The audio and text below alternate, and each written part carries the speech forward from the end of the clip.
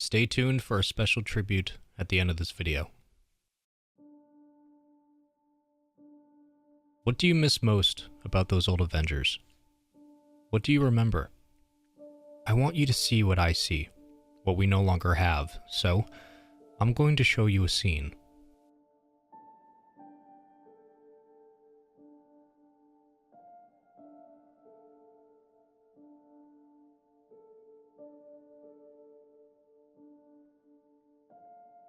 I miss this. I miss all of this. The 2012 Avengers were beautiful, representing something that's been absent in this confusing and misunderstood phase, something that's been lost since Endgame. Purpose. Step one of the framework for the needs for this universe that were manifested into something potent, something that calls to us, but importantly, substantive above all else. The depiction of the canon that mattered just as much as the how and the why and the who. A complete cohesion of purpose without omitting the necessary threaded intricacies, bringing the stories of men and their dirt to gods and their skies. It was a unison of purpose that was, in almost every sense, elegant. Each piece of the puzzle cut just a little bit differently, but the corners still connected, and what worked really worked. Those Infinity-era Avengers were special, and they grew and grew old, but with their age came the most important creative distinction: conflict from within and evolve from the outside. This direction brought depth to those who were one-dimensional, it brought nuance to those already established, and it helped finalize the ultimate payoff for the age of our heroes, the characters we asked to be larger than themselves and to fight the battles that we never could. They were rewarded for their sacrifice with a story worth telling, the ultimate sacrifice. In the end, Endgame was more than a movie. It was a stepping-off point, a time of rest, breaths, and reflection. The latter of these became the highly anticipated direction for a new fragile universe, one that was deep in pain and discomfort, but unfortunately, the next steps towards reflection were universally misunderstood. Phase 4 was not a mistake. It just happened at the wrong time. A time where the trauma of the snap should have been the crux of the new age. A time where the focus should have been on the humanity of the heroes we still had. These remaining heroes, who earned their rest and rehabilitation, needed the stories we didn't tell, and the lens they didn't get.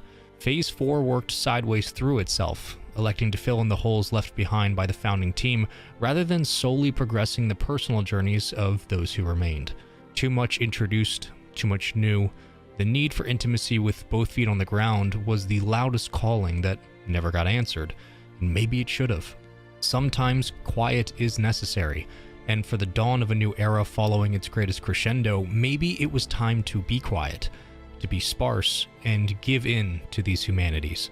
For each moment of grieving and solidarity, there was an equally overwhelming amount of expansion, and for the first time in a long time, it felt like the soul behind this glorious purpose was uncertain. Endgame mattered, until it didn't. This is remembering Phase 4 from a different point of view.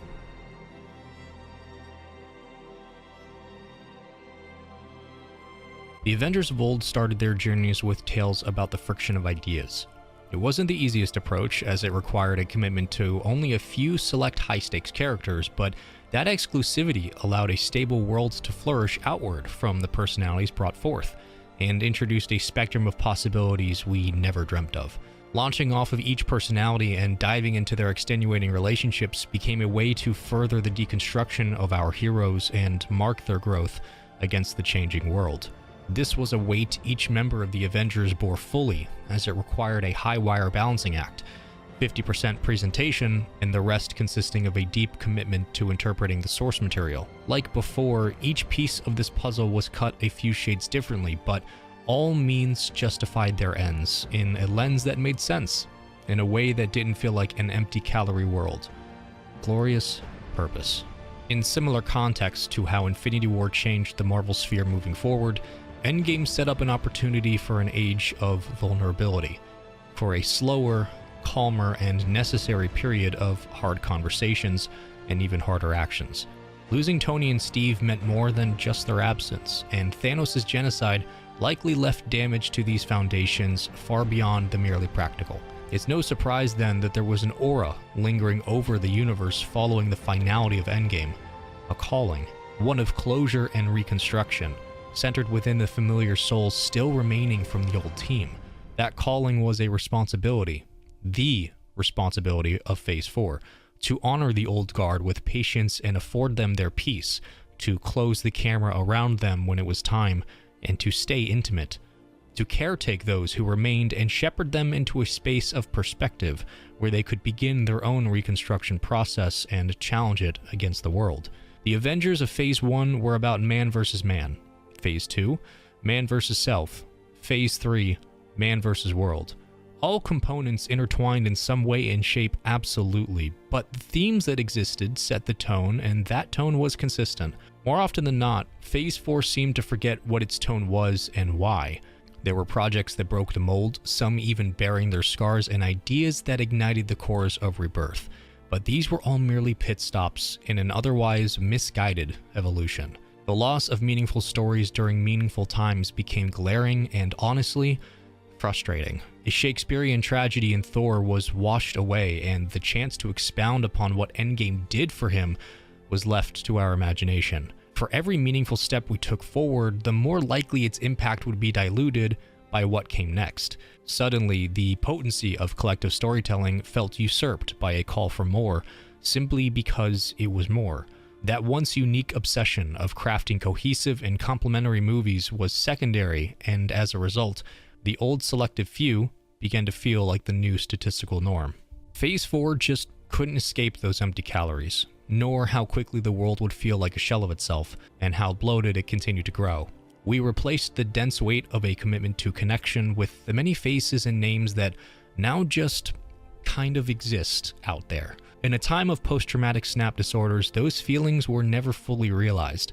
The claustrophobic paranoias that should have existed didn't. The conversations around the weight of glorious purpose were gone. Phase 4 could have been so much more, a purgatorial hell between the Infinity and Multiverse saga, exploring the personal themes of grief, growth, and rebirth. And believe me, when that happened, it mattered. It mattered so much. WandaVision was a necessary chapter. Falcon and Winter Soldier was a necessary conversation. Loki, an examination. Spider-Man, a therapy session. Doctor Strange, a look in the mirror. And Black Panther was a moment to grieve. None of these were perfect, and some had extreme flaws, but they took the time to address the elephant in the room and care about why it was there in the first place. All of this to say, Phase 4 wasn't just the next phase of stories, it was the grieving stage for us, for our heroes, for what we all lost. That's why this phase felt so out of place. For all these movies and shows that got personal and took time to do so, they were surrounded by so many new and drastically bigger interpretations on scale alone, not on merit. The newest introductions into this world are not bad. They're not even unwelcome. We need them. Just not now. We need their presence and their powers, their personalities and their triumphs, but they should have come later. A lot of this should have come later. Phase 4 should have been an intense and very brief purgatory to pick up our belongings, brush off the dirt, and check our wounds before getting ready for what came next, before committing to a vast new landscape in both our timeline and others. Marvel's strengths used to be knowing when to slow its universe down because it needed to, and when to take risks no one else would because it had to. I don't believe they've lost sight of that understanding, but maybe, perhaps, just a little too eager to build everything back up. It's okay to tear things down. It's okay to be scared about the next steps. Just be honest with your universe and your audience, because we're in this together, like we've been since 2008. And as always, thanks for watching. If you stuck around this far into the video, first of all, I want to say thank you. And second, I want to say thank you for surpassing 10,000 subscribers on this channel. I didn't expect the Andor video to do as well as it did. I had hoped some of you might have enjoyed it, but the support has been incredibly overwhelming. I never expected 10,000 subs to come that quickly. I had hoped this channel would reach it one day, but it was a lot to process. We've already crossed 15,000, we are working on 16, and then so on and so on. 20 is knocking on the door. I am incredibly humbled and overwhelmed, like I've said, and I just want to thank you all so much for watching. I put a lot of effort into these videos, but I do it because I'm passionate about these worlds and these universes, and to resonate with so many of you about those same titles and entries and understandings, it does go a long way, and it's very difficult for me to put into words, even if I script them, how much it means to me. So I apologize for the rant at the end of this, but if you're here, thank you so much for 10,000 subscribers. It is truly an absolute dream, and I would not be able to do any of this if it wasn't for the comments that you all leave and the support you've given me on my videos. I hope you continue to enjoy the content that comes. I am looking forward to making it. Thank you so much for 10,000 subscribers.